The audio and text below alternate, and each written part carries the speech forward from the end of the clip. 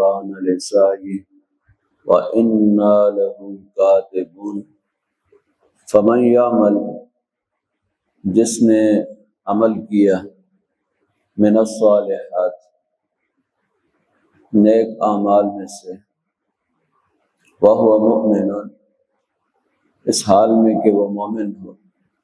جس نے ایمان کی حالت میں نیک اعمال کیے، فلا کفران لسعیہ، تو کوئی ناشکری نہیں کی جائے گی، ناقدری نہیں کی جائے گی، لسعیہ، اس کی کوشش، جو اس نے کوشش کی ہے اس کی کوئی ناشکری نہیں اور ناقدری نہیں کی جائے گی۔ وَإِنَّا لَهُ كَاتِبُونَ، اور بے شک ہم اسے لکھ رہے ہیں، اس کے اعمال کو لکھ رہے ہیں، اور کوئی چیز رہے گی نہیں۔ اس آیت کریمہ میں اللہ تبارک و تعالی نے وہ مضمون دہرایا ہے جو قرآن کے اندر اکثر بار بار ذکر کیا گیا ہے کہ جب بھی کوئی آدمی اچھا عمل کرتا ہے، نیک عمل، تو اس کے قبول ہونے کے لیے جو شرائط ہیں وہ مؤمن، ایمان کی حالت، اس لیے کہ کفر کی حالت میں کوئی اچھا کام بھی کرتا ہے، کوئی خدمت خلق کا کام کرتا ہے، تو اللہ تعالیٰ کے ہاں اس کا کوئی وزن نہیں ہے، کفر کے ساتھ کوئی عمل مقبول نہیں ہے۔ تو وہ مؤمن کی شرط جو ہے متعدد جگہوں میں قرآن کے اندر ذکر کی گئی ہے، ایک جگہ میں نہیں بلکہ بار بار اس کا ذکر کیا جاتا ہے کہ جو آدمی بھی کوئی اچھا کام کرتا ہے، خیر کا کام کرتا ہے، بھلائی کا کام کرتا ہے، جس سے انسانیت کو فائدہ پہنچتا ہے، بندوں کے حقوق ادا کرتا ہے، یا اللہ تعالیٰ کی اطاعت اور فرما برداری کرتا ہے، وہ مؤمن، شرط یہ ہے کہ وہ مومن، اس کے لیے مومن ہونا، صاحب ایمان ہونا شرط ہے۔ ایمان کے بغیر کوئی عمل بھی اللہ تعالیٰ کے ہاں قبول نہیں ہے۔ اور صالحات کی وضاحت بھی میں نے کی تھی کہ صالح قرآن کی اصطلاح کے اندر صالح کس کو کہتے ہیں؟ عمل صالح وہ ہے جس کی بنیاد قرآن اور حدیث کے اندر، سنت رسول کے اندر موجود ہے، اپنی طرف سے نہ ہو۔ جو چیزیں انسان اپنی طرف سے گڑھ لیتا ہے ان کا بھی اللہ تعالیٰ کے ہاں کوئی اجر نہیں ہے، اس کا ثبوت اللہ کی شریعت کے اندر موجود ہو، نبی اکرم صلی اللہ علیہ وسلم کی سنت سے وہ ثابت ہو، قرآن مقدس سے ثابت ہو، سنت رسول سے ثابت ہو، تو وہی عمل مقبول ہے۔ تو ایمان کی حالت میں اس لیے ہر مسلمان کی خواہش ہوتی ہے کہ کیا اس کا نبی صلی اللہ علیہ وسلم سے یہ عمل ثابت ہے، اور نبی صلی اللہ علیہ وسلم نے یہ عمل کیا ہے، یہ بنیاد ہے۔ تو یہ دو چیزیں اگر ہیں کہ ایک عمل شریعت کے مطابق بھی ہے اور کرنے والا صاحب ایمان بھی ہے، فلا کفران لسعیہ، تو اس عمل کی ناقدری نہیں کی جائے گی، اس کوشش کی ناقدری کا مطلب یہ ہے کہ ایسا نہیں ہے کہ اس کو وہ ضائع ہو جائے، اکارت چلا جائے، فلا کفران، تو وہ اکارت نہیں چلا جائے گا، ضائع نہیں ہوگا، اس کی کوشش ذرہ برابر بھی کوشش ہوگی نیک عمل کی۔ فَمَن يَعْمَلْ مِثْقَالَ ذَرَّةٍ خَيْرًا يَرَهُ، ذرہ برابر بھی ہوگا تو اللہ تعالیٰ کے ہاں اس کا وزن ہوگا، اس کا اجر ملے گا اور اس کا صلہ اس کو ملے گا۔ تو یہ بھی اس غلط فہمی کا ازالہ کیا گیا کہ کوئی یہ نہ سمجھے کہ پتہ نہیں میں کچھ اچھے اعمال کرتا ہوں تو اللہ تعالیٰ کے ہاں کوئی اس کا ریکارڈ بھی ہوگا یا نہیں ہوگا، پتہ نہیں اس کا صلہ ملے گا یا نہیں ملے گا۔ تو اللہ تعالیٰ نے فرمایا کہ اس غلط فہمی میں شکار نہ ہو جاؤ، فلا کفران لسعیہ، ناقدری نہیں ہوگی، قدر ہوگی اور اس کا وزن ہوگا، اللہ تعالیٰ کے ہاں اس کی قیمت ہے، اہمیت ہے، ہر نیک عمل کی لسعیہ، اس کی سعی ہونی چاہیے، اس کے لیے سعی، کوشش، جس کے لیے بھی اس نے سعی کی ہے، ایمان کی حالت میں نیک عمل کی سعی کی ہے، تو اِنَّا لَهُ كَاتِبُونَ، اور اس سے بڑھ کے اللہ تعالیٰ فرما رہے ہیں کہ ہم اسے لکھنے والے ہیں، لکھ رہے ہیں، ہمارے پاس تمہارے اعمال نامے لکھے ہوئے ہیں، اس لیے تمہیں کوئی خطرہ نہیں ہونا چاہیے، کوئی اندیشہ نہیں ہونا چاہیے کہ پتہ نہیں اس کا کوئی صلہ ملے گا یا نہیں ملے گا، میں نے نیک عمل کیے تو اللہ کے علم میں ہوں گے یا نہیں ہوں گے، اللہ کے علم میں بھی ہیں، لکھے ہوئے بھی ہیں، اللہ نے خوب انتظام کر رکھا ہے اس کا۔ وَحَرَامٌ عَلَىٰ قَرْيَةٍ أَهْلَكْنَاهَا أَنَّهُمْ لَا يَرْجِعُونَ۔ وَحَرَامٌ، اور ہم نے قطعی طور پر یہ فیصلہ کر دیا ہے، طے کر دیا ہے، عَلَىٰ قَرْيَةٍ، اس بستی پر، أَهْلَكْنَاهَا، جس کو ہم نے ہلاک کر دیا ہے، أَنَّهُمْ لَا يَرْجِعُونَ، کہ اب یہ واپس نہیں لوٹ سکتے، اب یہ اس دنیا کے اندر واپس ہو، جن کو ہم نے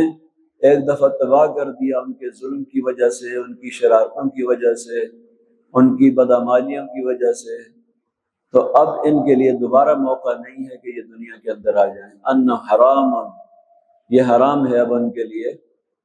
تو حرام ان کا معنی یہاں پر دو معنی ہیں، ایک معنی ہے کہ ناممکن ہے، اب یہ بات اب ان کے لیے ناممکن ہے، محال ہے، ناممکن ہے کہ یہ دنیا کے اندر دوبارہ واپس نہیں آ سکتے۔ اور دوسرا معنی ہے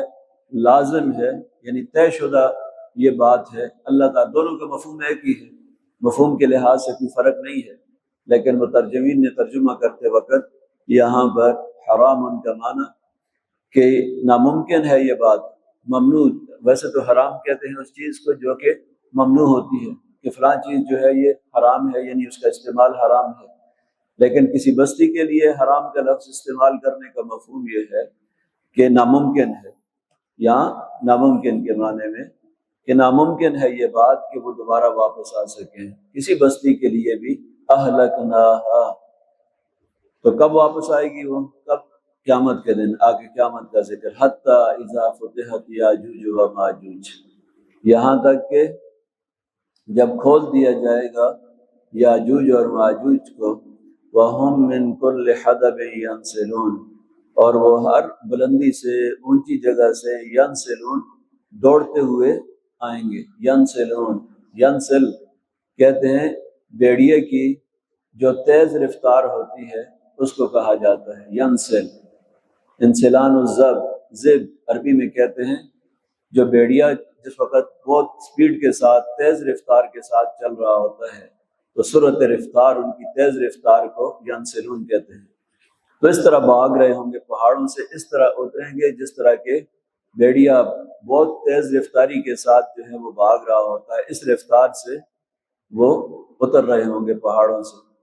حتی اذا فتحت یاجوج و ماجوج، تو جب کھول دیا جائے گا، اب یہاں پر کھول دینے کا مطلب یہ ہے کہ پہلی بات تو یہ ہے کہ یہ قرب قیامت کی نشانیاں ہیں۔ 10 بڑی بڑی جو نشانیاں نبی اکرم صلی اللہ علیہ وسلم نے بیان فرمائی ہیں، ان میں سے ایک نشانی جو ہے وہ یاجوج اور ماجوج کا کھول دینا بھی ہے۔ تو اللہ تعالیٰ نے ایک قدرتی انتظام کیا ہوا ہے، یہ بند ہیں، قیامت کے قرب قیامت کے وقت ان کو کھولا جائے گا، اور یہ کوئی تھوڑے نہیں ہیں، 2-4 ہزار نہیں ہیں، 2-4 لاکھ نہیں ہوں گے، بلکہ زمین کو بھر دیں گے۔ نبی صلی اللہ علیہ وسلم نے فرمایا، حدیث کے اندر ہے، کتاب امارات الساعہ، حدیث کی تمام کتابوں کے اندر قیامت کی نشانیوں کا جہاں پر تذکرہ کیا گیا ہے وہاں پر ان کا تذکرہ بھی کیا گیا ہے۔ 10 نشانیوں کے اندر کے جس میں 10 نشانیوں میں ایک نشانی یہ ہے کہ ایک دھواں اٹھے گا اور ہر طرف دھواں ہی دھواں نظر آئے گا۔ دابۃ الارض، زمین سے ایک جاندار نکلے گا اور وہ لوگوں سے باتیں کر رہا ہوگا، جانور جو ہے وہ جو لوگوں سے بات کر رہا ہوگا۔ اور یہ دجال جو ہے اس کا خروج ہوگا، تو دجال کا خروج بھی قیامت کی نشانیوں میں سے ہے۔ اسی طریقے سے عیسیٰ علیہ السلام کا نزول، عیسیٰ علیہ السلام نزول فرمائیں گے، پھر اس کے بعد دجال کو قتل کریں گے۔ ترتیب یہ ہوگی، حضرت عیسیٰ علیہ السلام کا نزول ہوگا تو دجال پہلے آ چکا ہوگا، دجال کو عیسیٰ علیہ السلام مقام لد پر، جو فلسطین کے اندر ایک مقام ہے، وہاں پر قتل کریں گے،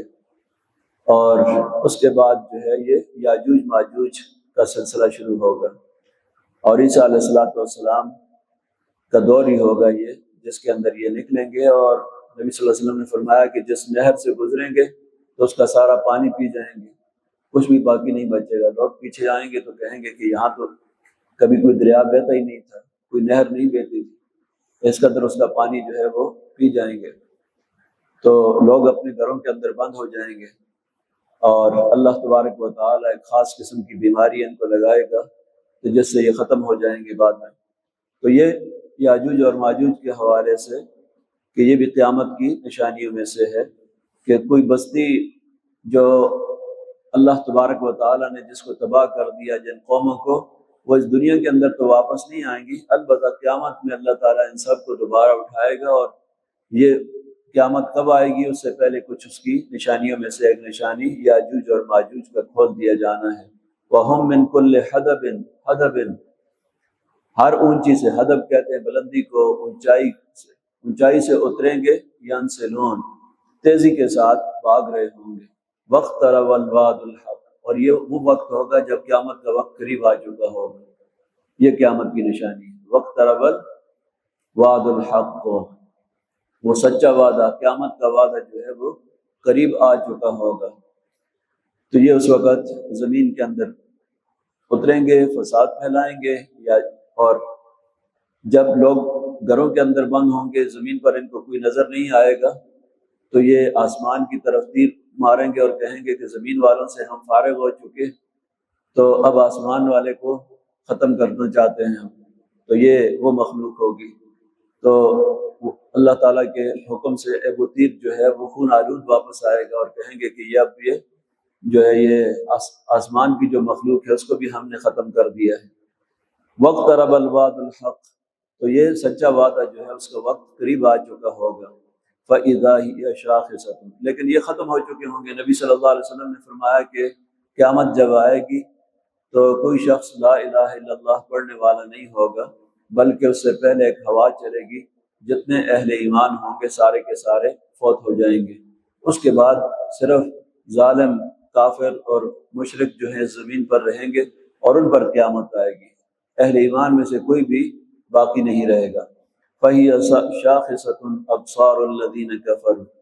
تو جب قیامت کا وقت قریب آ جائے گا تو یہ ظالم جو ہیں ان کی آنکھیں پھٹی کی پھٹی رہ جائیں گی، الَّذِينَ كَفَرُوا، ان لوگوں کی جنہوں نے کفر کیا، یہی رہ جائیں گے، کافر رہ جائیں گے، کوئی صاحب ایمان نہیں ہوگا۔ فَإِذَا شَاخِصَةٌ، شاخصہ کہتے ہیں کہ جس وقت آپ کوئی ہولناک واقعہ جس طرح دیکھتے ہیں تو ٹکٹکی باندھ کر اس کی طرف دیکھتے ہیں، پھر آنکھیں دائیں بائیں اوپر نیچے نہیں ہوتی، بس ایک طرف آپ اس کو دیکھ رہے ہوتے ہیں، شاخصہ اس کو کہتے ہیں۔ تو ان کی آنکھیں پھٹی کی پھٹی رہ جائیں گی، ابصار، ان لوگوں کی آنکھیں، الذین کفروا، جنہوں نے کفر کیا۔ جب قیامت آئے گی تو اس طرح یہ دیکھ رہے ہوں گے، کلمح البصر، نبی صلی اللہ علیہ وسلم قرآن کے اندر ہے کہ اس طرح آئے گی قیامت کلمح البصر، جس طرح کہ آنکھ جھپکنے کے اندر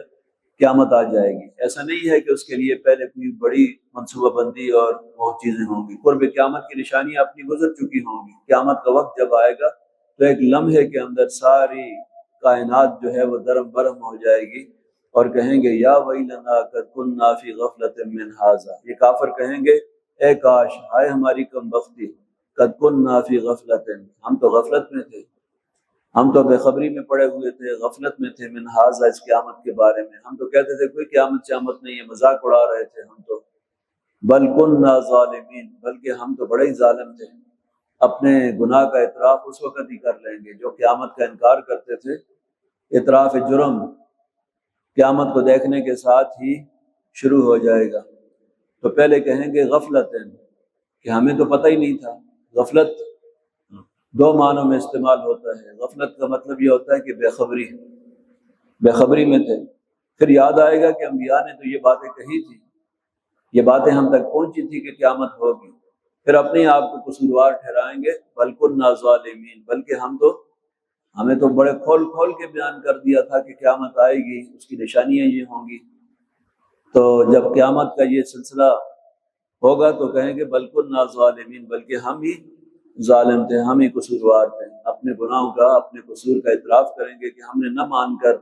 اپنے اوپر بڑا ظلم کیا، اور آج تو ہمارے لیے کوئی جائے پناہ بھی نہیں ہے۔ دعا کہ اللہ تبارک و تعالی قرآن مجید کا صحیح فہم اور اس سے تعلق